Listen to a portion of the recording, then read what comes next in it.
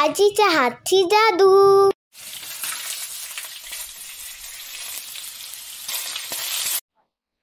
नमस्कार मंडळी, आजीच्या हातची जादू या चॅनलवर आपल्या सगळ्यांचे खूप खूप स्वागत आहे. आपण नेहमीच आपल्या चॅनलवर नवनवीन रेसिपीज दाखवण्याचा प्रयत्न करत असतो. आज पण आणखीन एक वेगळी रेसिपीज करणार आहोत, ती आहे सिंधी पॅटीस. आपण साहित्यामध्ये पाहूया पण काय काय घेतलंय ते. सिंधी पॅटीस मध्ये सगळ्यात महत्त्वाचं आहे आतलं स्टफिंग पॅटीसच्या आणि त्याची चटणी. त्या चटणीसाठी आपण इथे घेतलेला आहे जेवढा पुदिना घेतलेला आहे तेवढीच कोथिंबीर घेतलेली आहे. अर्धा इंच आलं घेतलेलं आहे. तुम्हाला जसं तिखट हवं असेल त्याप्रमाणे मिरच्या घ्या. आम्ही 4 घेतलेल्या आहेत. 3 ते 4 लसणाच्या पाकळ्या घेतलेल्या आहेत. त्याच्यानंतर आपण इथे 6 ते 7 बटाटी उकडवून घेतलेली आहे आणि 6 ते 7 बटाट्यांना 1 वाटी भरून आपण हे घेतलेलं आहे, पोहे घेतलेले आहेत. हे आपले जे घरात पोहे आपण करतो नॉर्मली, कांदा पोहे, ते जाडे पोहे आहेत. त्यानंतर आपण घेतलेले आहेत कॉर्नफ्लॉवर, 2 ते 3 चमचे आपण कॉर्नफ्लॉवर घेतलेला आहे. पॅटीसच्या आतमध्ये जे स्टफिंग असणार आहे ते असणार आहे चण्याच्या डाळीचं. तर ही चण्याची डाळ आपण 1-1.5 तास झाला भिजवून ठेवलेली होती. त्यानंतर आपण घेतलेली आहे आमचूर पावडर, हळद, धना पावडर, जिरा पावडर, आपलं घरचं लाल तिखट घेतलेलं आहे, काळं मीठ घेतलेलं आहे आणि चवीनुसार मीठ घेतलेलं आहे. सोबत घेतलेलं आहे तेल आणि हे ब्रेड क्रम्स घेतलेलं आहे. सगळ्यात आधी आपल्याला ना स्टफिंग करायचं, तर त्यासाठी मी डायरेक्ट कुकरचं भांडं घेतलेलं आहे. त्यामध्ये मी ही भिजवलेली चण्याची डाळ घालते. सगळी 1 वाटी घेतलेली आहे. तुम्ही कमी जास्त प्रमाणात करू शकता. त्यानंतर त्यामध्ये आपण घालूया थोडीशी हळद, 1 छोटा अर्धा चमचा, ही पहा एवढी चिमूटभर हळद घालते आणि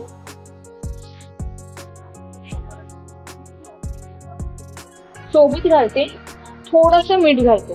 हे पहा, जास्त नाही. हे घालते आणि घालतो थोडंसं पाणी, बस. आणि आपण ह्याला फक्त 2 शिट्ट्या घेणार आहोत.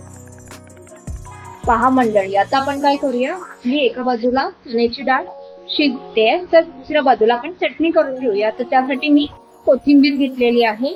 जेवढं कोथिंबीरीचं प्रमाण तेवढंच पुदिन्याचं प्रमाण घेतलेलं आहे. त्यामध्ये घालते अर्धा इंच आलं आणि 3 मोठ्या पाकळ्यात लसणाच्या, लहान असतील तर एखादी वाढवा. आणि त्याच्यामध्ये मी घालते मिरच्या,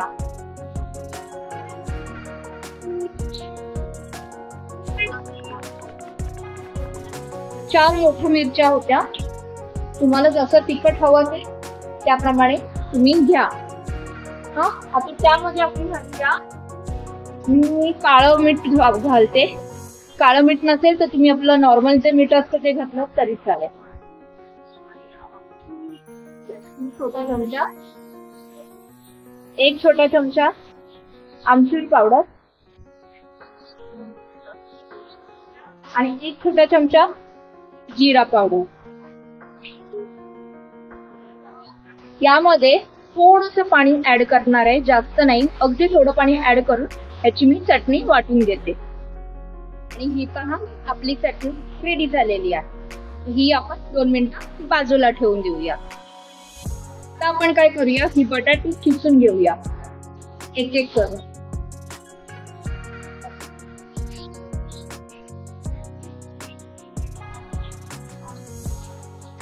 पॅटीससाठी खिसूनच घ्या, असं स्मॅश करू नका, नाहीतर त्याच्या असं गाठी गाठी राहतात.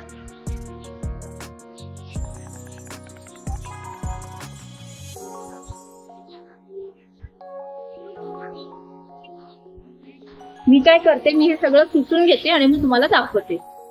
बटाटी आपली खिसून झालेली आहेत. आता यामध्ये करायचे आपल्याला पोहे ऍड, पण हे असे नाही करायचे डायरेक्ट. ते कसे करायचे ते सांगते तुम्हाला. मी घेतलेलं आहे 1 बाउल आणि त्यावर मोठी चाळण घेतलेली आहे.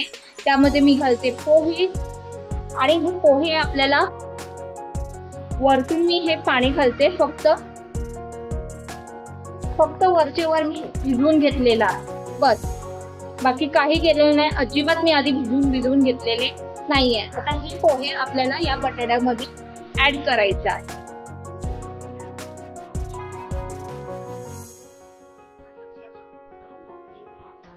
आणि यामध्ये घालूया चवीपुरतं मीठ,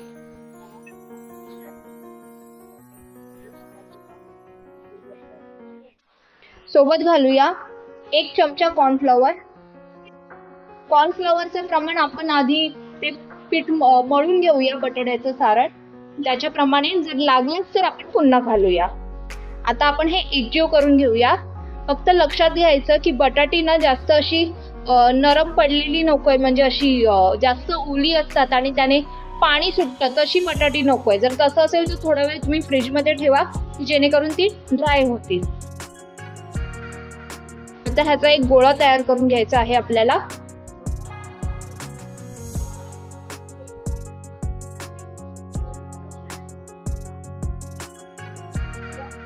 आता आणखीन 1 चमचा भरून आपण कॉर्नफ्लॉवर घालूया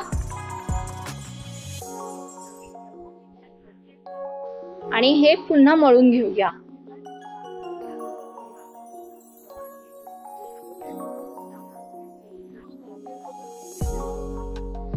जेणेकरून बाहेरचं जे आवरण आहे ते व्यवस्थित राहील.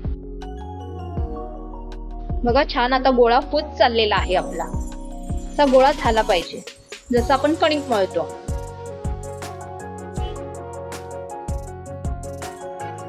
हे बघा हे आता रेडी आहे.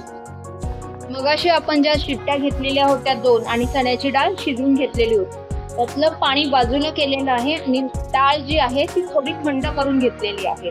तर त्यामध्ये आपण घालूया मीठ,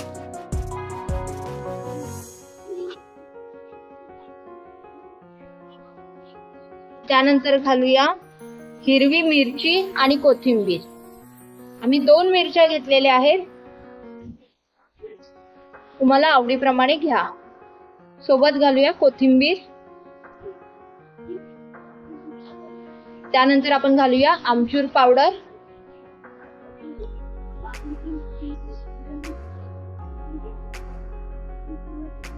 अर्धा चमचा घातलेली आहे. अर्धा चमचा लाल तिखट. जशी डाळीची क्वांटिटी असेल त्याप्रमाणे तुम्ही कमी जास्त करा. अर्धा चमचा जिरा पावडर,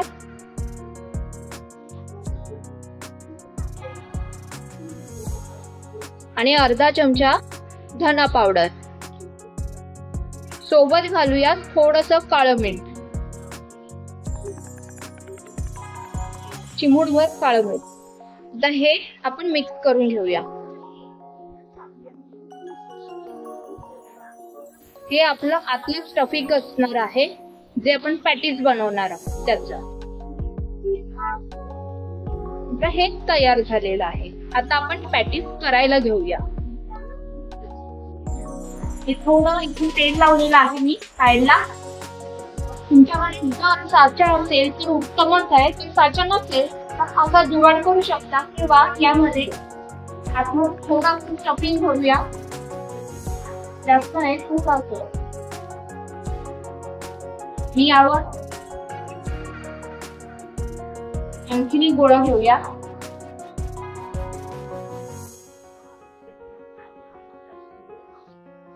आणि हे बघा गॅस बंद करून घेऊया. तुम्ही पाहू शकता आपण हे चारी बाजूने असा लॉक करून घेतलेला आहे की जेणेकरून आपली स्टफिंग बाहेर नको जायला. आता मी हाताने हा शेप देतो. माझ्याकडे हे नाहीये त्यामुळे मी असं करते. किंवा तुम्ही असं नसेल करायचं तर तुम्ही एक काम करा, गोणी कटलेट जशी करतो तशी तिचा मला ते या शेप मध्ये हवेत म्हणून कर. आणि तुम्ही पाहू शकता आपण हार्ट शेपचा करून घेतलेला आहे. तुम्हाला हव्या त्या शेप मध्ये तुम्ही करू शकता किंवा गोल सुद्धा ठेवू शकता. चालून जाईल. हे मी बाजूला ठेवते.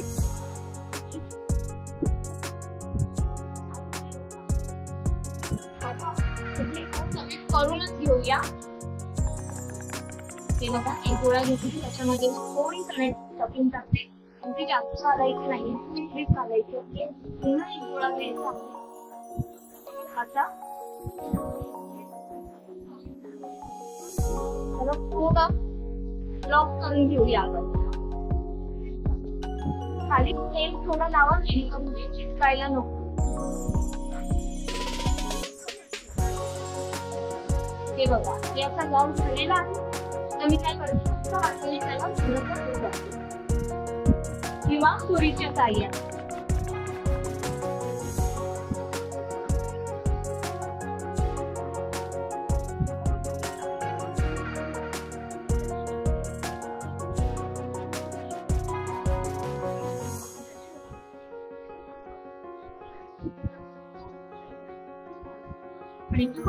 हा पण तयार आहे. आता आपण सगळेच करून घेऊया. आता आपण काय करूया, हे जी पॅटीस आहे हे ब्रेड क्रम्स मध्ये घोळून घेऊया. दोन्ही बाजूने व्यवस्थित लावून घ्यायचं आहे.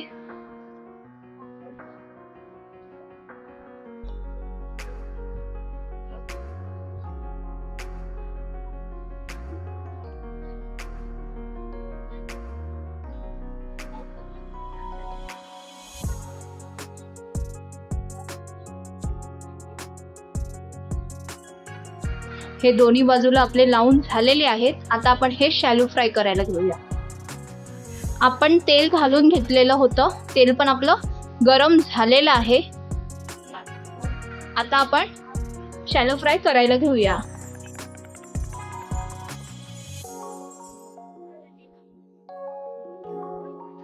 आणि मीडियम आच ठेवायची आहे आणि दोन्ही बाजूनी मस्त असे क्रिस्पी होईपर्यंत फ्राय करून घ्यायचे आहे. आता एक बाजू चांगली होऊ दे, शिजू दे.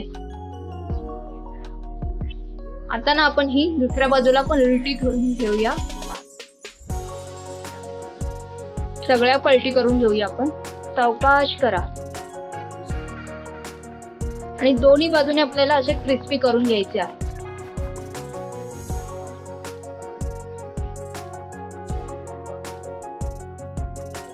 पण ना आता पलटी मारून बघूया आणि पाहू शकता छान अशी लाल लाल झालेल्या आहेत, क्रिस्पी होत चाललेल्या आहेत त्या.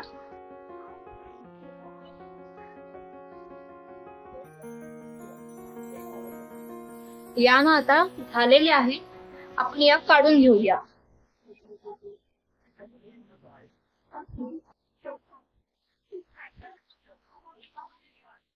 बाहेरच्या थंडगार वातावरणात असे गरमागरम सिंधी पॅटीस करून नक्की बघा.